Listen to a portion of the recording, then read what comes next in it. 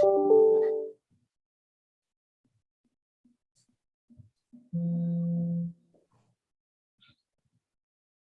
to the Y6 District Court. Court is in session. This is cause number 2019 CR 11146, State of Texas versus George Sanchez. We're here today for sentencing.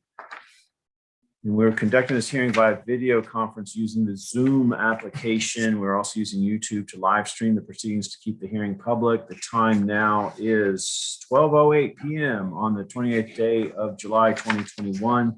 These proceedings are official, they're on the record, and they're being recorded by the official court reporter. Counsel and all present are instructed to act as though you're in court, and all are instructed not to record the proceedings. And if I could have the attorneys make appearances, starting with the state of Texas, please. Lindsay Shaw for the state. Brandon Lopez for Mr. Sanchez.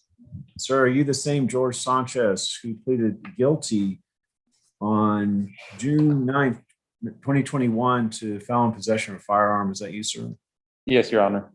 Thank you. Mr. Lopez, have you had an opportunity to review the pre-sentence investigation report and the TAP evaluation? Yes, I have, Your Honor. And this is where punishment has been assessed for 4 years, where the state is opposed to any application for community supervision or deferred adjudication. So since the state is opposed, I'll let the state proceed first. Go ahead. I thought we were silent, Your Honor, so I apologize about that. But basically, Your Honor, it's a felon in possession. This defendant has been to prison before, and now here he is having been released, and he's still possessing firearms. There's a reason why it is illegal for felons to possess firearms, being that they've been to prison before and that they are convicted felons and dangerous individuals who shouldn't be in possession of firearms. And in this case, the defendant was in possession of a firearm. And more than that, Your Honor, the original reason why the San Antonio Police Department were called out in that instance was from a 911 report of a family violence disturbance involving a gun. And when the police arrived, the defendant had fled. And once they found him in his vehicle, they found the firearm in the car.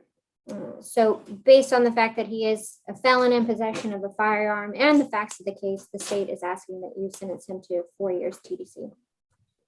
Thank you, Ms. Shaw. Go ahead, Mr. Lopez.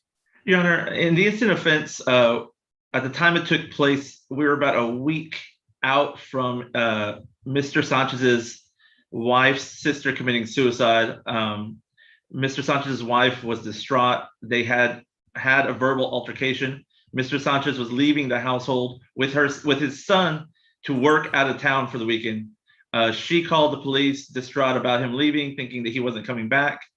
Mr. Sanchez willingly admits that he took the gun that was in the household out of fear that his wife was going to use it because she was expressing suicidal ideations.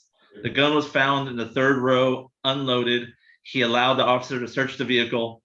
Mr. Sanchez's wife, in the report, as indicated in the PSI, had no intention, made no allegation that any physical abuse happened, had no intention of him getting in trouble, but I think was in a sort of mental manic state. Mr. Sanchez's wife supports him today. She's there in the courtroom.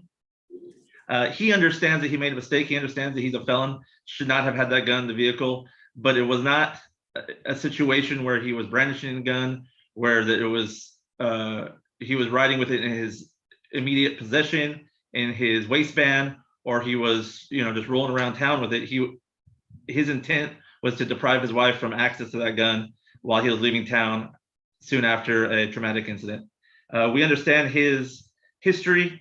My client is working full time, fence company. He's supporting his wife and his 12-year-old son. He has a 22-year-old also, and we're asking the court to grant him deferred and to give him an opportunity to prove to the court that he's a reformed person and that this was an incident that was an unfortunate incident, but he accepts responsibility for it. All right, sir, I find that your plea is freely and intelligently, voluntarily made. There was sufficient evidence to support the plea and that you're mentally competent to enter into such a plea, and I find you guilty, sir. Counsel, is there any legal reason as to why your client cannot be sentenced today? There's not, Your Honor. No legal reason. According to the agreement of the state, sir, I sentence you to 4 years in the Texas Department of Criminal Justice. However, I'll suspend that. I'll place you on community supervision for a period of 5 years. It's a $1,500 fine. It'll be $200 community, or $200, 200 hours rather, of community supervision hours. Weekly UAs for the first 90 days. You'll have 60 days to verify employment as well. I mean to say 200 community service hours. If I've mucked that up, that's what I'm trying to say. All right, sir, there's a plea bargain case. I filed the plea bargain, so you do not have the court's permission to appeal. You do not have the right to appeal. I'm also noting you waived your appeal in the plea bargain agreement. I'm making a certification of this for the record. I'll provide a copy of the certification to your attorney to provide to you. Sir, we're about ready to conclude this hearing, and when we do, you need to stay on Zoom, or rather, you're in the courtroom right now. Do not take you into custody. But our liaison officer is there, Ms. Serrano. You cannot leave the courtroom until you confer with her. She's going to go over some conditions of community supervision for you.